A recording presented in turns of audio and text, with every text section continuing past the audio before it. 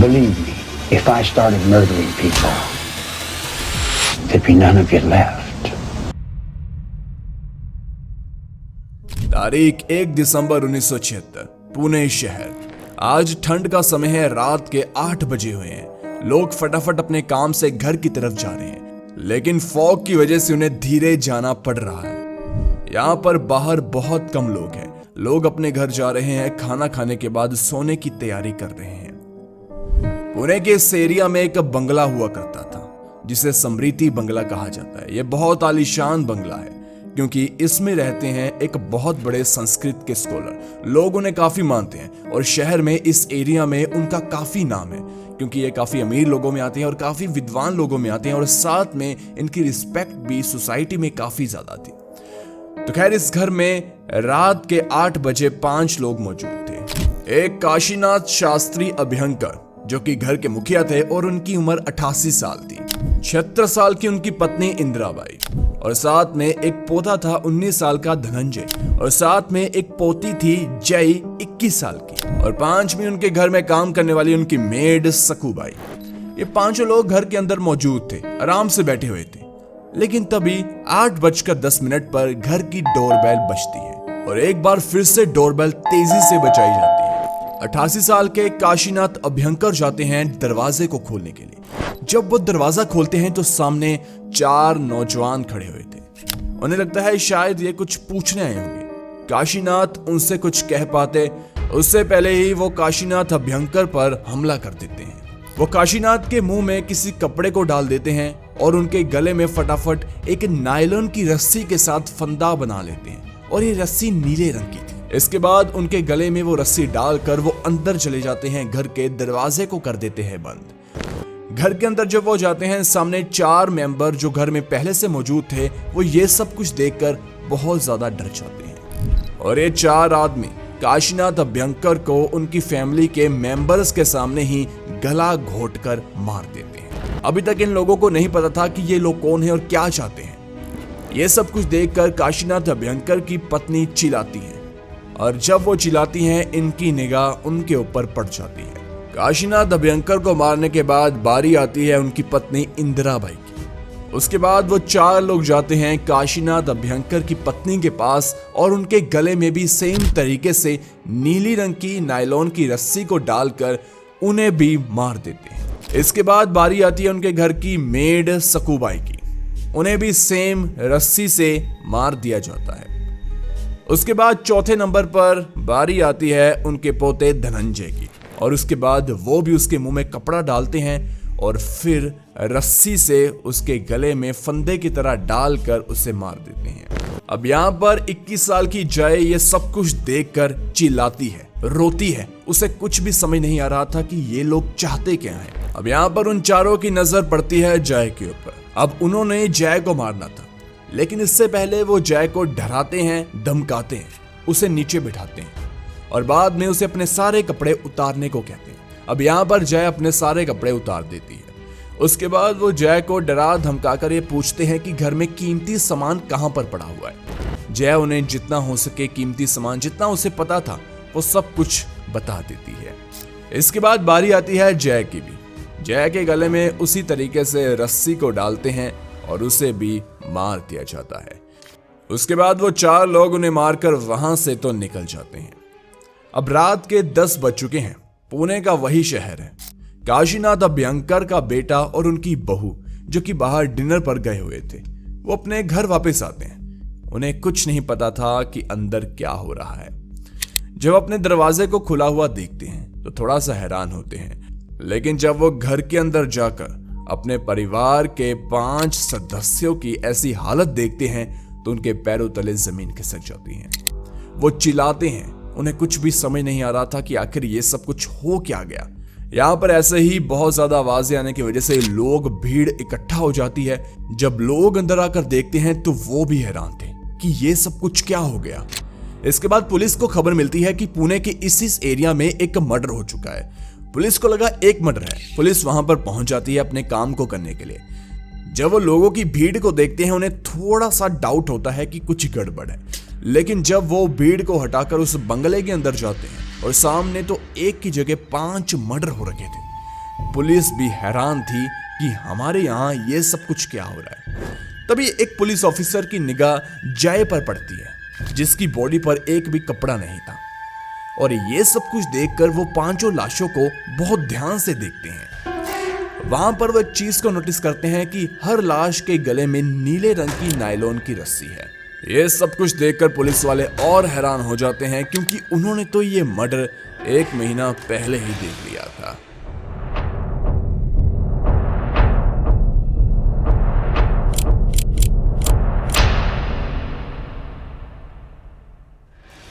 पूरे 1 महीने पहले 31 अक्टूबर 1976 को पुणे के ही शहर में एक अच्युत जोशी, जो कि बिजनेसमैन होते हैं, उनका अच्छा काम था, पैसा भी उनके पास बहुत था।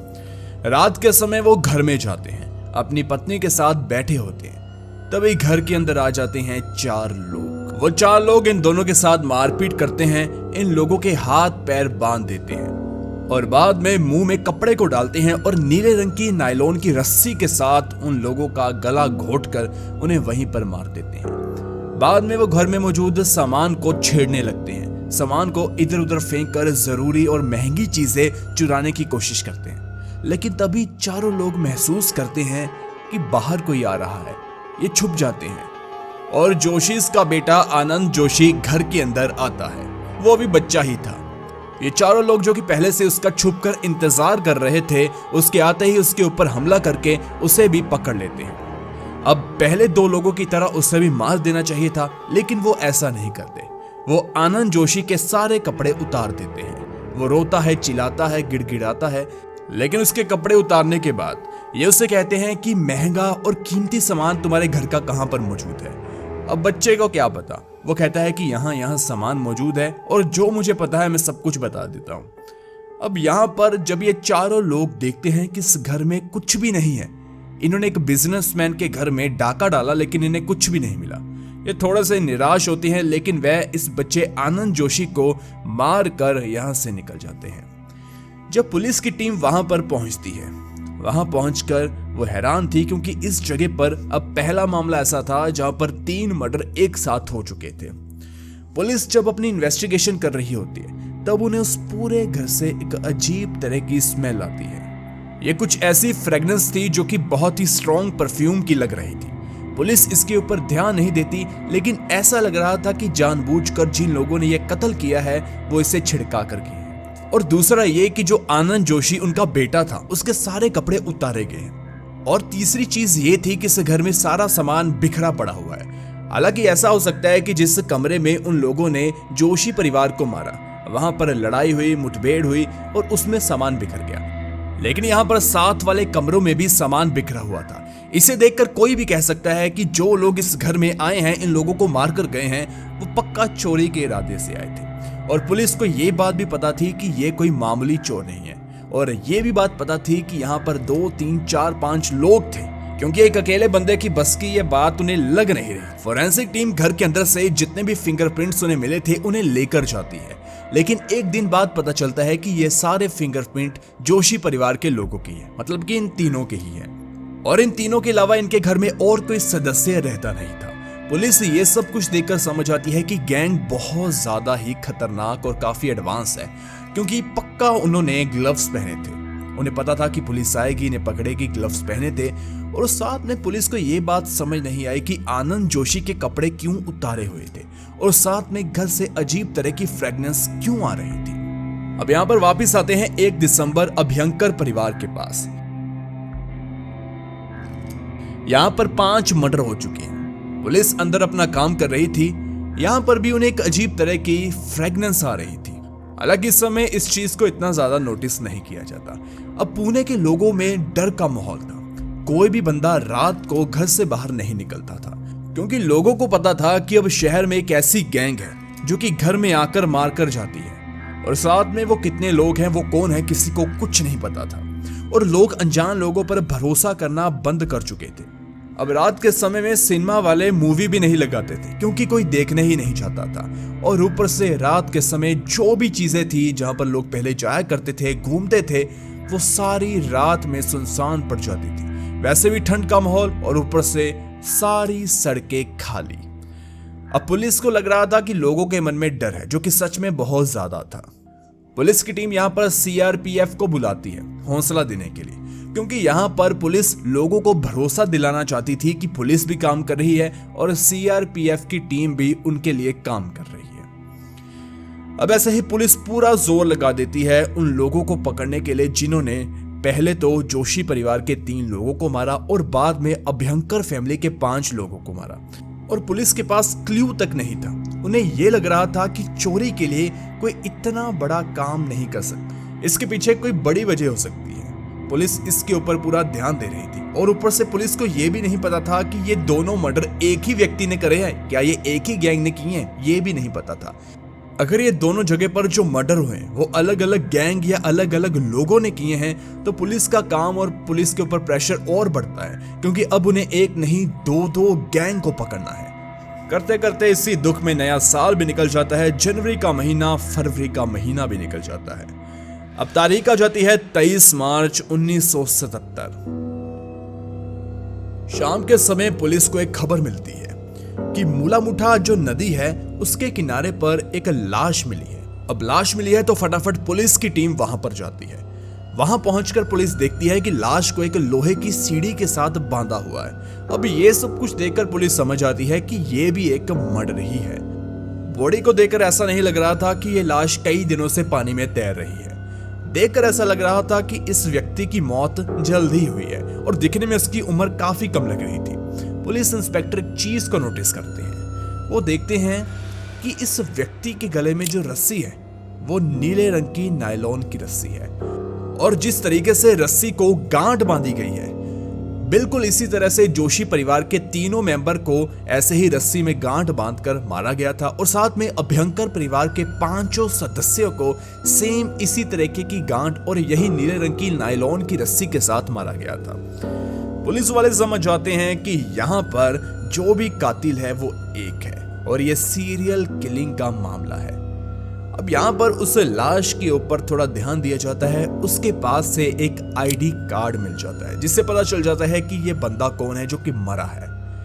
कार्ड में लिखा हुआ था अनिल गोखले और आईडी कार्ड में एक और चीज लिखी हुई थी, क्योंकि ये कॉलेज की थी तो इसमें कॉलेज का नाम अभिनव कला महाविद्यालय लिखा हुआ था। अब पुलिस को पता था कि अगला सुराग मिलेगा अभिनव कला महाविद्यालय में। दूसरी तरफ फोरेंसिक टीम ने यह बता दिया कि अनिल गोखले की मौत एक दिन पहले ही हुई है। तो इस तरीके से पुलिस फटाफट अभिनव कला महाविद्यालय जाती है। वहां पर उन स्टूडेंट्स से पूछती है जो कि अनिल गोखले को जानते थे। वो उनसे पूछते हैं कि आखिरी बार आप लोगों ने अनिल गोखले को किसके साथ देखा और किसके साथ वो ज्यादा रहता था, क्या वो किसी से लड़ता था, क्या लड़ाई थी, पूरी उसकी कुंडली खंगालने की कोशिश पुलिस करती है। एक लड़का पुलिस के पास आता है। वो कहता है कि मेरा नाम आप किसी को मत बताएं, लेकिन आखिरी बार मैंने अनिल गोखले को राजिंदर जक्काल के साथ देखा था। ये कहकर वो लड़का वहां से चला जाता है और पुलिस राजिंदर जक्काल को ढूंढने की कोशिश करती है। पुलिस थोड़ा आगे जाती है। गेट पर राजिंदर जक्काल खड़ा हुआ था, बिल्कुल मस्त मजे में। ऐसा बच्चा, ऐसा स्टूडेंट जिसको पता नहीं क्लास कैसी होती है, सारा दिन वो ऐसे ही ग्राउंड में घूमता फिरता रहता। खैर पुलिस उसे कहती है कि तुमसे कोई पूछताछ करनी है। उसे उठाकर थाने ले जाती है। इस केस को पूरी तरीके से पकड़ में रख रहे थे मधुसूदन हुलियालकर जो कि एएसपी थे। वही राजिंदर जक्काल से पूछते हैं कि तुम ये बताओ कि तुम 23 मार्च को 22 मार्च को क्या क्या कर रहे थे, मतलब अपने लाइफस्टाइल, अपनी जिंदगी के बारे में बताओ, क्या उस दिन कर रहे थे। राजिंदर जक्काल कहता है कि मैं अपने 3 दोस्तों के साथ होता हूं, दिलीप सुतार, शांताराम जगताप और मनावर हरून शाह। अब पुलिस कहती है ठीक है, इनको भी उठाओ। पुलिस इन तीनों को भी लेकर पुलिस स्टेशन में आ जाती है। यहाँ पर अलग अलग बिठाकर इन लोगों से बातचीत की जाती है कि तुम अपने लास्ट हफ्ते में क्या क्या कर रहे थे, ये चीजें बताओ। तो यहाँ पर पुलिस को एक बात तो क्लियर थी कि ये लोग झूठ बोल रहे हैं, क्योंकि इनकी बातें एक दूसरे से मिल नहीं रही थी। और दूसरी बात ये कि ये जो बच्चे हैं उनके हिसाब से ये कॉलेज में पढ़ने वाले बच्चे थे, ये बहुत बिगड़े हुए हैं। ये दारू पीते हैं, घूमते फिरते हैं, पढ़ाई ये करते नहीं है। हालांकि इस चीजों को देखकर पुलिस उन्हें अरेस्ट और इनके ऊपर केस नहीं चला सकती थी, इनके ऊपर मर्डर के चार्जेस नहीं लगा सकती थी। इस वजह से उनसे बातचीत करने के बाद, पूछताछ के बाद पुलिस उन्हें छोड़ देती है। लेकिन यहाँ पर पुलिस को इनके ऊपर शक बहुत था। 1-2 दिन छोड़कर एसीपी हुलियालकर फिर से राजिंदर जक्काल को बुलाते हैं थाने थाने में। वो कहते हैं कि तुमसे बातचीत करनी है। वो राजेंद्र जकाल से बातचीत करते हैं, थोड़ी उससे पूछते हैं क्या करते हो, कितना पढ़ते हो, जो भी नॉर्मल बातें होती हैं। बातों ही बातों में वो राजेंद्र जकाल को कहते हैं कि जो भी पुणे में हो रहा है उसको लेकर हम बहुत परेशान हैं। अगर तुम अनिल गोखले के मर्डर के बारे में कुछ भी जानते हो तो हमें बता दो, क्योंकि देखो जिससे भी हमने पूछा है उसने यही कहा है कि हमने राजेंद्र जक्कल को आखिरी बार अनिल गोखले के साथ देखा था। अब यहाँ पर राजेंद्र जक्काल कहता है कि देखो मुझे लगता है कि अनिल गोखले का मर्डर और प्रकाश हेगड़े का मर्डर, ये दोनों चीजें जुड़ी हुई है। अब यहाँ पर एसीपी हुलियालकर पूछते हैं प्रकाश हेगड़े कौन? तो यहाँ पर राजेंद्र जकाल कहता है कि वो भी हमारे कॉलेज अभिनव कला महाविद्यालय में ही पढ़ता था और उसका मर्डर और अनिल गोखले का मर्डर मुझे बहुत जुड़ा हुआ लगता है। यहाँ पर उस दिन तो राजेंद्र जकाल चला जाता है और पुलिस वाले तहकीकात करते हैं कौन था प्रकाश हेगड़े और फाइल को खंगालते हैं किसने किया उसका मर्डर। पुलिस वाले जब देखते हैं तब उन्हें पता चलता है कि 16 जनवरी 1976 के दिन उन्होंने रिपोर्ट लिखी थी जिसमें प्रकाश हेगड़े, जो कि अभिनव कला महाविद्यालय में पढ़ने वाला एक छात्र था, वो लापता मिसिंग हो चुका है।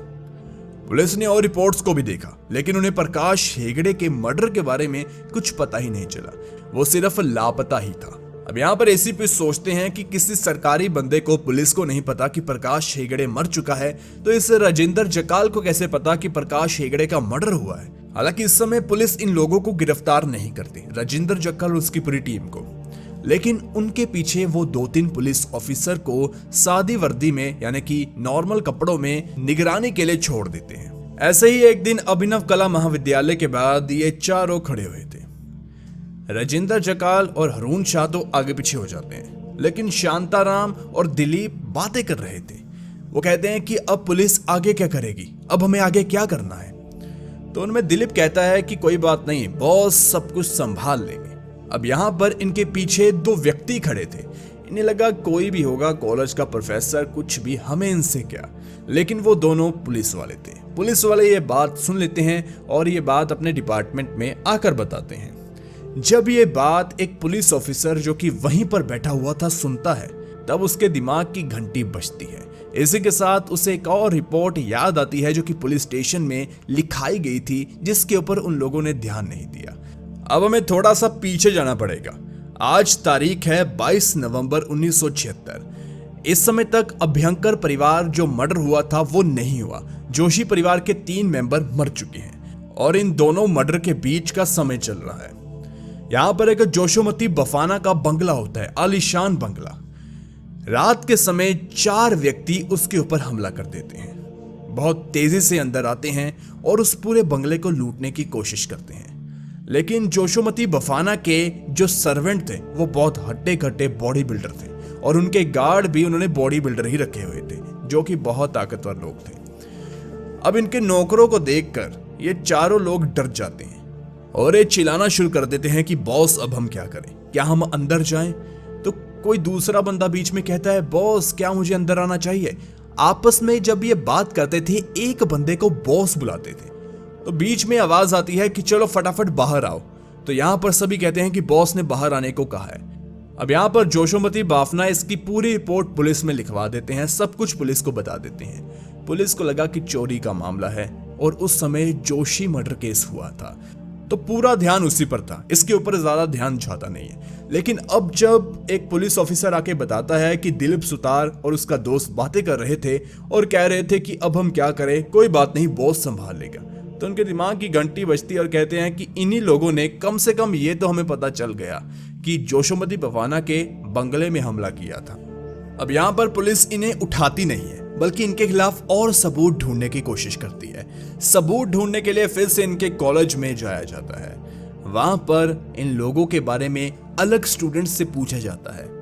कोई इनके बारे में अच्छा बताता है डर के मारे, और कोई कहता है कि देखो सर ये तो आवारा लड़के हैं, ये घूमते फिरते रहते हैं। कोई इनके खिलाफ डर के मारे कुछ ज्यादा कहता नहीं है, ये लड़ते झगड़ते रहते हैं, क्लास इन्होंने कभी देखी नहीं। मतलब बुराइयां पुलिस ने बहुत सुनी। अब इन्हीं ही बीच में एक स्टूडेंट होता है जिसका नाम होता है सतीश कौर। वो काफी डरा हुआ, सहमा हुआ लड़का था।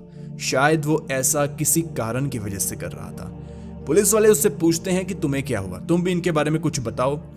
तो वो बताता है कि मुझे पता है कि पुणे में जितने भी लोग मर रहे हैं उसके पीछे इन लोगों का हाथ है। और वो पुलिस को बताता है कि इन लोगों ने मुझे खुद बताया कि जो भी लोग मर रहे हैं उन्हें हमने मारा है। देखिए, पुलिस को इनके ऊपर पहले से ही शक था।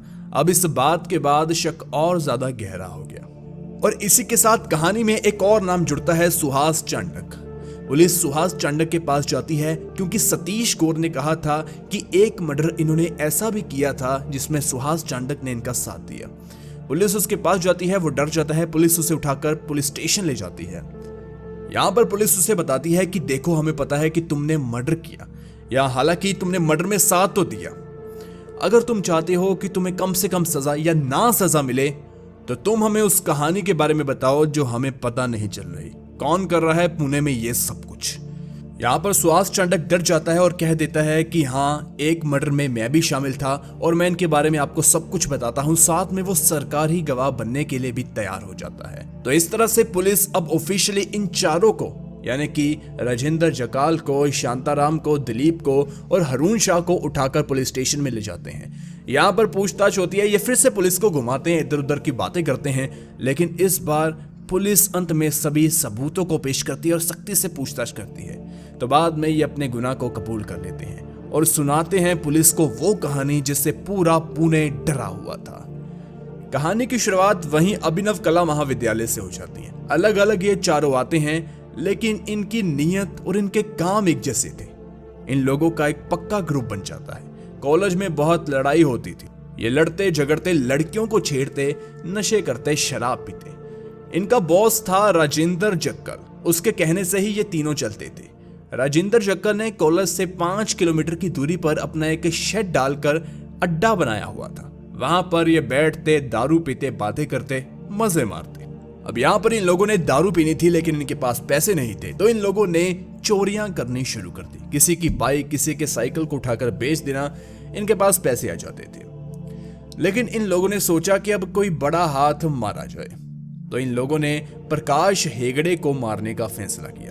दरअसल इन लोगों ने मारने का फैसला नहीं किया था, आपको समझाते हैं। सुहास चांडक को इन्होंने कहा कि प्रकाश हेगड़े को हमारे पास लेकर आओ, क्योंकि उनके पिता का एक विश्वा नाम का ढाबा था जो कि चलता था। इन लोगों ने सोचा कि इसे पकड़ेंगे, पिता से पैसे मांगेंगे और बहुत मोटा पैसा आ जाएगा। अब सुहास चांडक को पता था कि ये लोग कुछ गलत करेंगे, उसे मारेंगे, पीटेंगे, उससे ज्यादा नहीं लग रहा था। तो उसने क्या किया कि प्रकाश हेगड़े को किसी बहाने से अपने साथ ले आया। वो भी उसके साथ चला जाता है। आगे जाकर वो दोनों रुकते हैं राजेंद्र जकाल के उसी अड्डे पर जहां पर चारों लोग उसकी टीम के बैठे हुए थे। वो प्रकाश हेगड़े को पकड़ते हैं और वहां पर उसे मारना शुरू कर देते हैं। सुहास चांडक भी वहां पर देखता है। उसे लग रहा था कि हम मारेंगे, ठीक है। अब मामला किडनैपिंग के ऊपर बढ़ता है। किसे किडनैप करेंगे और इसके पिता से पैसे मांगेंगे। यहाँ पर एक पत्र लिखाया जाता है प्रकाश हेगड़े से और कहा जाता है कि मैं घर को छोड़कर बाहर जा रहा हूं और मुझे पैसों की जरूरत है, और उसके नीचे प्रकाश हेगड़े अपने साइन कर देते हैं। अब ये लेटर उसके पिता तक पहुंचाना था, लेकिन उससे पहले ये क्या करते हैं कि नीले रंग की नायलॉन की रस्सी के साथ प्रकाश हेगड़े का गला घोट कर उसे लोहे के एक डब्बे में डालकर ऊपर से पत्थर डालकर नीचे फेंक देते हैं पेशवा पार्क में। और ये पेशवा पार्क उसके पिता के रेस्टोरेंट विश्वा से बहुत नजदीक थी।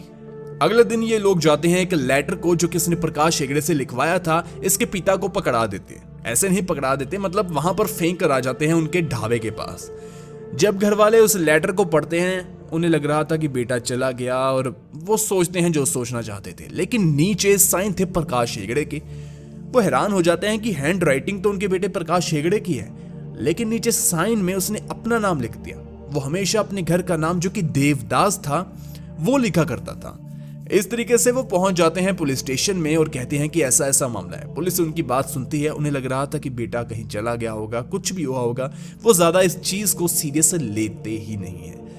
1 साल निकल जाता है, घर वालों को पता नहीं बेटा कहाँ है, कहाँ गया, क्या हुआ उसके साथ। इधर इन लोगों ने रैंसम फिरौती के पैसे लेने से पहले ही उनके बेटे को तो मार ही दिया।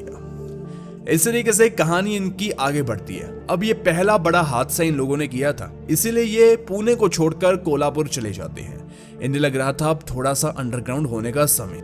यहाँ पर कोल्हापुर में इन लोगों ने सोचा क्यों ना यहाँ पर भी एक हाथ मार दिया जाए। तो यहाँ पर ये एक बिजनेसमैन के ऊपर नजर रखना शुरू कर देते हैं। इन लोगों ने उसके बारे में सब कुछ जान लिया था कि घर के अंदर इतना पैसा मिल जाएगा, ये है, वो है, ये गाड़ी है, ये कुछ। लेकिन इन लोगों ने एक बात नहीं जानी कि इसके पास सेफ्टी के लिए अपनी बंदूक भी है और साथ में इसने प्रोटेक्शन के लिए गार्ड्स भी रखे हुए हैं। इन लोगों को वहां पर जान बचाकर भागना पड़ता है। वापिस से ये आ जाते हैं पुणे में जोशी मर्डर ये करते हैं, जिसमें इन लोगों ने मारा था 3 बंदों को।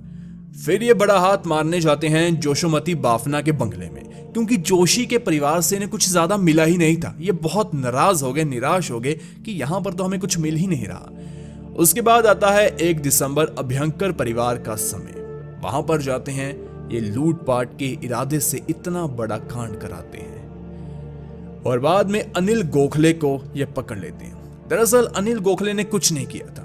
अनिल गोखले का एक बड़ा भाई था जिसका नाम था जयंत गोखले। वो भी राजिंदर जकाल के साथ पढ़ता था। इनका कुछ रहा होगा मतभेद। अब शाम के समय अनिल गोखले पैदल कहीं जा रहा था। राजिंदर जकाल अपनी बाइक पर आता है और अनिल गोखले को पीछे बिठाता है और कहता है कि मैं तुम्हें लिफ्ट दे देता हूं। पहले तो अनिल मना करता है, लेकिन बाद में वो बैठ ही जाता है कि पैदल भी कहां जाऊंगा। लेकिन ये उसे ले जाता है अपने उसी अड्डे पर। वहां पर उसे मार दिया जाता है। अब इन सारे सबूतों के साथ इन लोगों के खिलाफ कोर्ट में केस शुरू हो जाता है और फिर 28 सितंबर 1978 के दिन इन लोगों को फांसी की सजा पुणे सेशन कोर्ट के जज के द्वारा सुनाई जाती है। इन लोगों ने फिर आगे अपील की हाई कोर्ट में कि हमें सजा बहुत ज्यादा मिल रही है। तो बाद में हाई कोर्ट भी इस सजा को कंफर्म करती है कि इन्हें फांसी की सजा ही हो। हाई कोर्ट में निराशा के बाद ये जाते हैं सुप्रीम कोर्ट में और वहां पर ये अपील करते हैं सजा को कम करने की, लेकिन फिर भी इन्हें फांसी की सजा दी जाती। इसके बाद इन लोगों ने राष्ट्रपति से अपील की कि हमारी सजा को कम किया जाए, लेकिन फिर भी इन्हें मौत की सजा ही अंत में देने का फैसला किया जाता है। फिर इन लोगों ने रिक्वेस्ट की हमें इलेक्ट्रिक चेयर से मारा जाए, हम फांसी की सजा नहीं लेना चाहते। इसमें बहुत दर्द होता है। अब पूछने वाला हो कि जो 10 मर्डर तुम लोगों ने किए वो तो इसी तरीके से किए हैं, लेकिन एंड में इन लोगों को चारों दोस्तों को एक साथ फांसी की सजा दी जाती है। और उस दिन पुणे के लोगों में जो डर था, जो रातों को निकलने की घबराहट थी, वो थोड़ी कम हो जाती है।